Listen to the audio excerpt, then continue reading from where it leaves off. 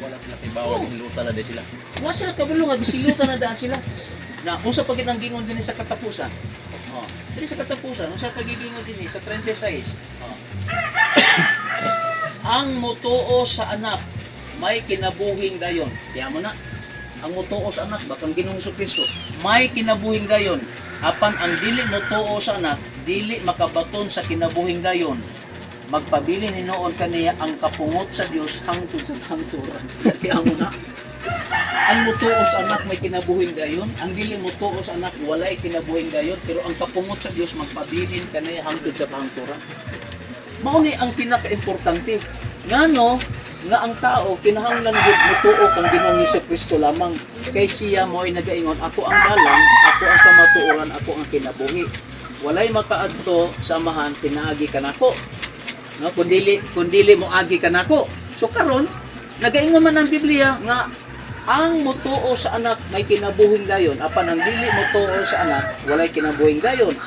Pero katong dili pa gid mutuo sa anak, naa na ang kapungot sa Ginoo kaniya, gisilutan na daan siya. Mo na papiliong ko kamo. Gusto ba ka nga ang Ginoo mo silot nimo o hatagan ka sa Ginoo sa kinabuhing dayon? Be, ikaw puno papili. Hatagan tas kinabuhi. Amen. Mao na ato Mao gina importante.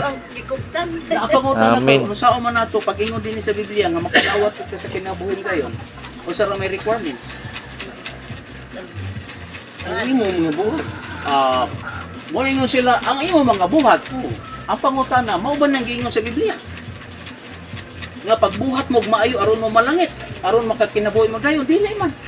Ang giingon nini ang mutuo sa bugtong anak sa Dios mo. Okay nang pagtuo. Mao na lang buhat na mayo. Ako na Tuo ka na. Nakuman na gid na sa Tuo ka na. kinabuhi.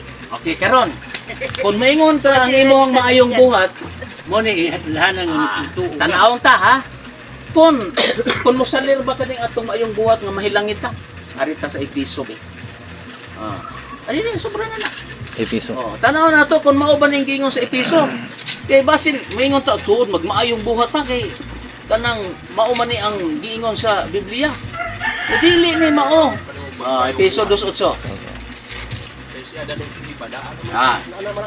Paminaw ha? Episo 2:8. Kay pinaagi sa pagtuo na luwas ka mo. Unsay requirement nga maluwas ta? Pagtuo. Pagtuo. Ang pagtuo di ay sikin sa natong tuuhan, paminaw. Kay pinaagi sa pagtuo na luwas ka mo tungod sa grasya sa Dios. Dili kini inyong buhat kundi gasa sa Dios. Kanawa? Dili ni